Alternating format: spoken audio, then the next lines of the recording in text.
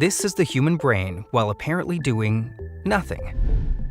When you think you're just sitting quietly, letting your mind wander, a set of regions comprising 20% of your brain kicks into action.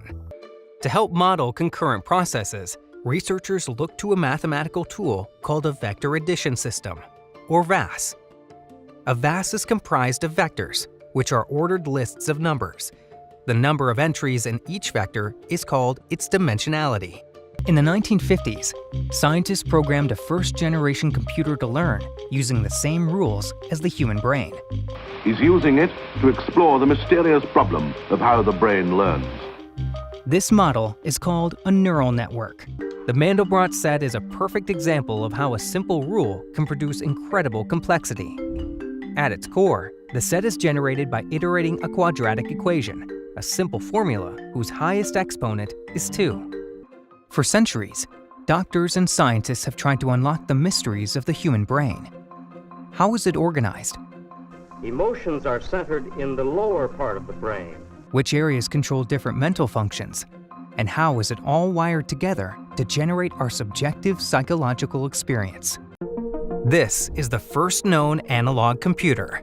It was designed 2,000 years ago to predict an extraordinary cosmic event, when the moon passes in front of the sun, causing a total solar eclipse. For 15 years, an international coalition known as Nanograv has been trying to detect gravitational waves at low frequencies using a technique called a pulsar timing array. The culprit behind this ancient galactic calamity may have been Sagittarius A star, the supermassive black hole at the center of our galaxy. This is one of the most mysterious sounds in the universe. A billion years ago, 2 black holes collided at nearly the speed of light. The violent explosion distorted the fabric of space-time with ripples called gravitational waves. The 3 progression problem dates back to 1936, to a paper by mathematicians Paul Erdős and Paul Turan.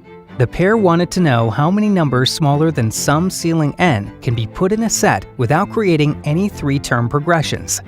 In 1946, a method was found to construct sets without producing these progressions, giving mathematicians a floor to work with. In 2008, Japanese physicist Masahiro Hotta published a protocol that seemed to break both laws. It outlined a feat called quantum teleportation, the quantum equivalent of conjuring energy out of thin air. Let's start with a simple logic puzzle. A robot arrives in a foreign land, where everyone either always tells the truth or always lies.